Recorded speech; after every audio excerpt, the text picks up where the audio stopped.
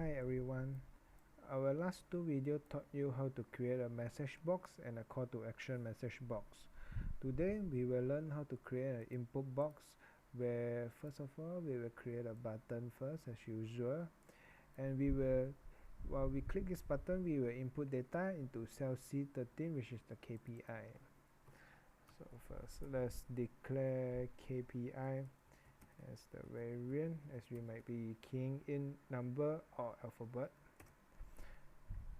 Then what will be KPI?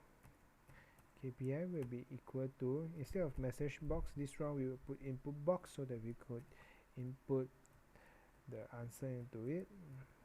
Do they pass or fail? The next phrase will be the title, where you can just leave it blank and it will be empty, or you can type in any title where you want it to show. The third one will be the default answer. You can also just leave this blank. Then the next row we will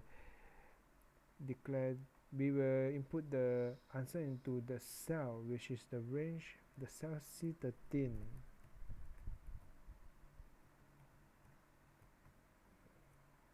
And the answer that we want it to be will be value equal to our declared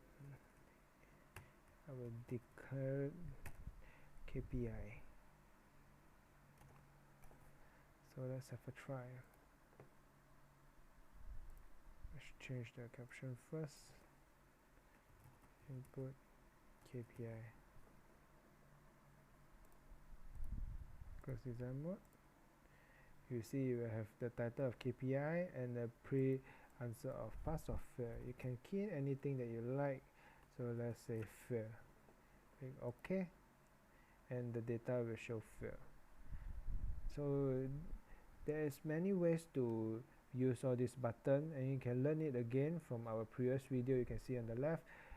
Please subscribe to us or email us if you have any question to ask. Thank you.